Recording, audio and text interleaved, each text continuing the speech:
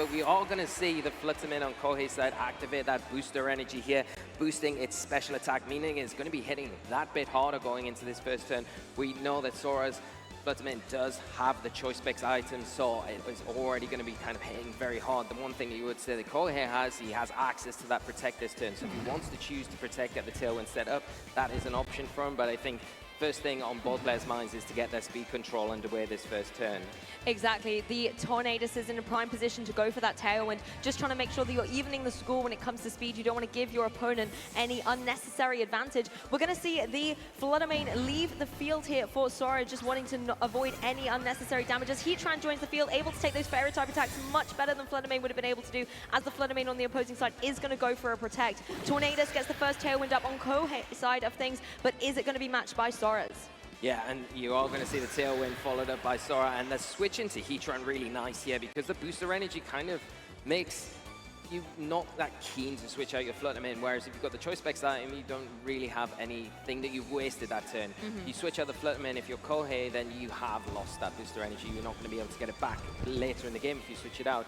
Now in front of the Heatran, not on the best position. Your Bleak Wind Storm is not hitting for very good damage against that Steel typing, and the Fluttermane has to then rely on the Shadow Ball that it's got access to. The Heatran has to be careful still because it will get hit hard by that booster energy Shadow Ball, but it can return back with some big damage itself with like a flash cannon. So you are seeing Kohei kind of keep that around for a little bit later in this match. Yes, Iron Hand's going to join the fray as well. Going to be able to apply some pressure with something like a fake out into the following turns as Tornadus sets the Rain Dance.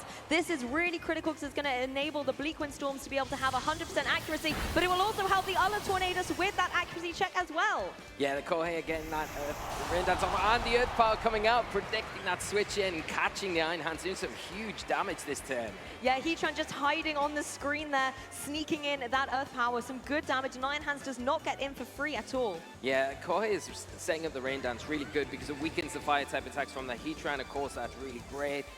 The one drawback of that is you're setting up the opposing Tornadus, which you saw there. Sora taking full advantage of that with the Bleak Wind Storm and getting some nice damage onto Kohei's side of the field. And the Iron Hand's not looking in a great spot now. It does have access to Fake Out, so it can slow down the Tornadus on the opposite side of the field. Probably doesn't need to worry too much about the Heatran, but there is that Earth Power as well that you've got to be concerned about, and you really haven't got the offensive pressure with the Tornadus to kind of do the damage that you want this turn.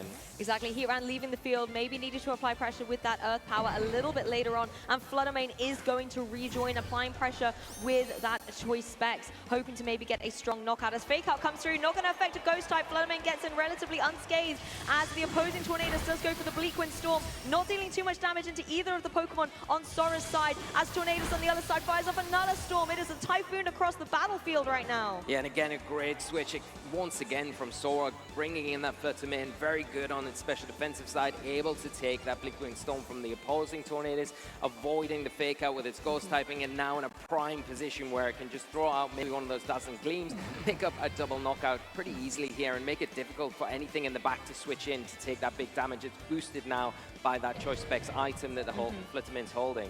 And Fluttermane generally quite a speedy Pokemon, like you said there. Choice Specs going to be hitting hard. Something like a Dazzling Gleam would be able to pick up the KO against both the Iron Hands and the Tornadus due to the low HP they've got, so it's not safe to switch either on Kohei's side. The Tornadus on the opposing side does seem to be a little bit faster though, does get the speed drop on the opposing Tornadus. That could be critical later on, but Fluttermane not going for the double spread move here, just locking in with the Shadow Ball to get the clean KO on Tornadus. Yeah, not wanting to lock in with any of those fairy type attacks, just wanting to make sure they are getting that knockout onto the Tornadus. Bleak Wind Storm coming out from Sora's Tornadus and picking up the knockout onto the Iron Hands, and clean knockout. But the nice thing that Kohei was able to get was that Bleak Wind Storm off before it went down, at least getting some good damage onto the Tornadus and that Fluttermane on Sora's side of the field. I mean, the Shadow Ball lock-in's actually really nice when you know that Kohei has brought the Fluttermane on his side of the field as well. So you want to make sure that you can hit it for some super effective damage with that Shadow Ball instead of locking into something like a Dazzling Gleam. That's a problem, however. Chi and Pao definitely is threatening both the Pokemon on Sora's side. Yeah, definitely. No booster energy for the Fluttermane when it comes onto the field this end, but you've got that Chen Pao that's coming. You've also got to notice as well for later in this game, if it sticks around for any longer than this turn, the Tornadus has taken that speed drop, so it won't be as fast as it was that previous turn. Fluttermane in a really precarious position here as well. Cannot go for that Protect because of the Choice Specs item on it, so a real sitting duck here for either the Fluttermane or the Shen Pao just to pick up the knockout there.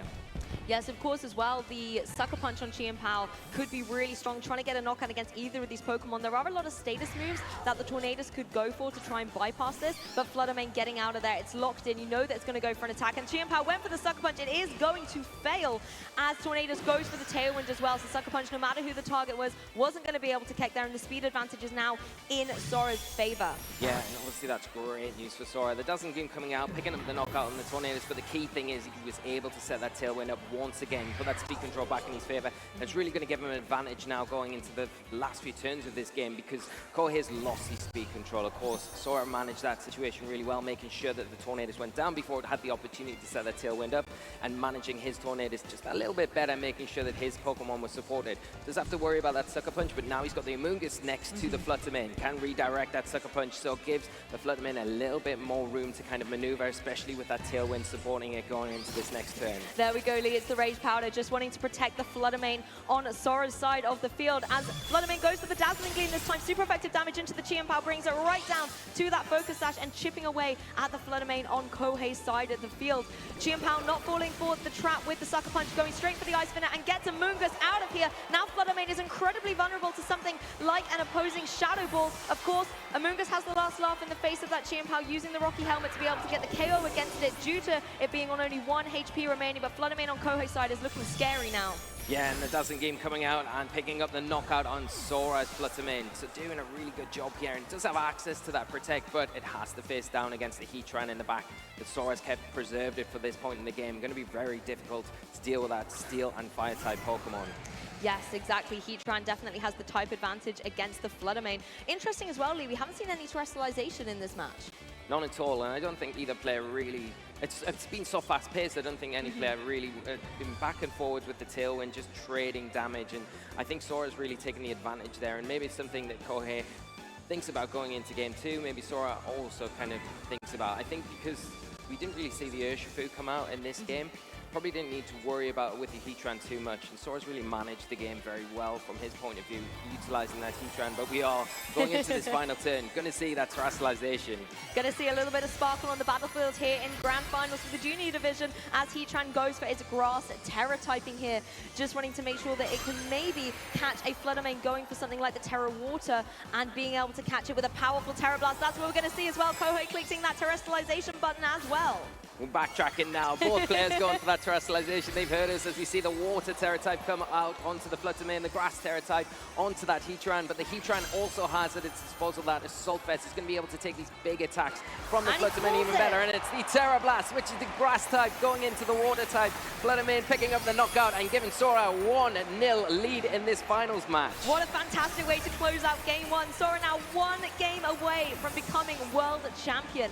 That was so fast-paced, and what a dramatic ending. Fantastic prediction, knowing that the potential from that Flutter Mane was going to be that Terra Water and just being able to get it in that solid knockout. Yeah, that was really, really fast-paced. You know, both players getting their Tailwind up, trading damage backwards and forth. And I think the one thing you would say if you were Sora, you really took advantage of that Rain Dance turn where the Tornadus spent a turn setting the Rain Dance up. Great for the Bleak Wind Storm, of course, for reducing the damage from those Fire-type attacks from the Heatran, which really didn't transpire. So in the end, you kind of put yourself at a little bit of a disadvantage because it meant in the end that you weren't able to get your Tailwind up, and then you were kind of having at the disposal of Sora, who was able to utilize that Tailwind with their own Tornadus. Yeah, I think that was a great observation you made actually in the pre-game analysis about how Tailwind's going to be going up on both sides of the field, but it really is about who potentially gets that second Tailwind, is able to get that momentum. And as soon as the Tornadus went down on Kohei's side of the field, that gave Sora the advantage and opportunity to be able to set that Tailwind up again. The Prankster ability, I think, coming in really, really strong.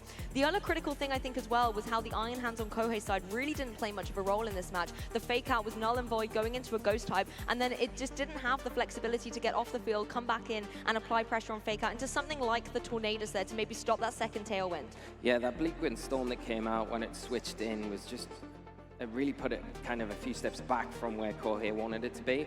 And I think you want to really get that Iron Hands onto the field in a much healthier position, because then the switch as well from the Heatran to the Flutter Mane made it very difficult for the Iron Hands to get any utility going forward in that match. You're already down a Pokemon, and those Bleak Wind Storms just continually firing out, and the accuracy not an issue anymore from Sora's side of the field just made it very difficult to kind of get a grip in the game. And I think when the Chien Pao and the Flutter Mane came back onto the field for Kohei, you you don't really mind the Tornadus going down at that point because you feel at that stage, I've got my second Tailwind up, I've got my Heatran in the back, I've got my Fluttermane in the back, I've got my Moongus to support everything for at least one turn. I'm kind of happy with this position going forward. And I think this replay as well really highlights the support that the Tornadus gave in this particular match, you know, getting those Tailwinds up and then being able to go for those powerful Bleak Wind Storms without having to worry about the accuracy. And this is kind of my question to you now, Lee.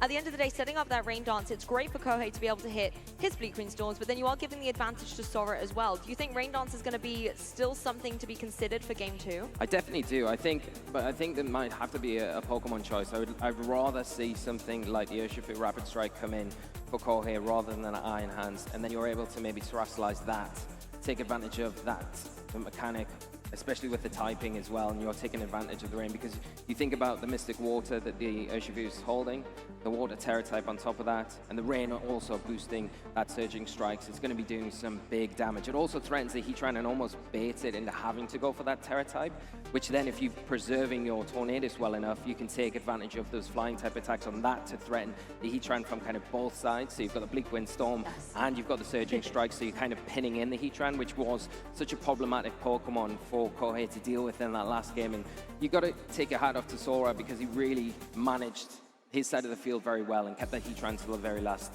Pokemon against the Fluttermane, and from that point it was really kind of wrapped up, wasn't it? So I think from Kohei's side, a few adjustments. I think the Urshifu, like we've seen throughout this tournament, really takes advantage of that Chien-Pao's sort of ruin ability as well. So that would be the one thing I would say, try and make that adjustment here, but it's obviously down to the players, and this is their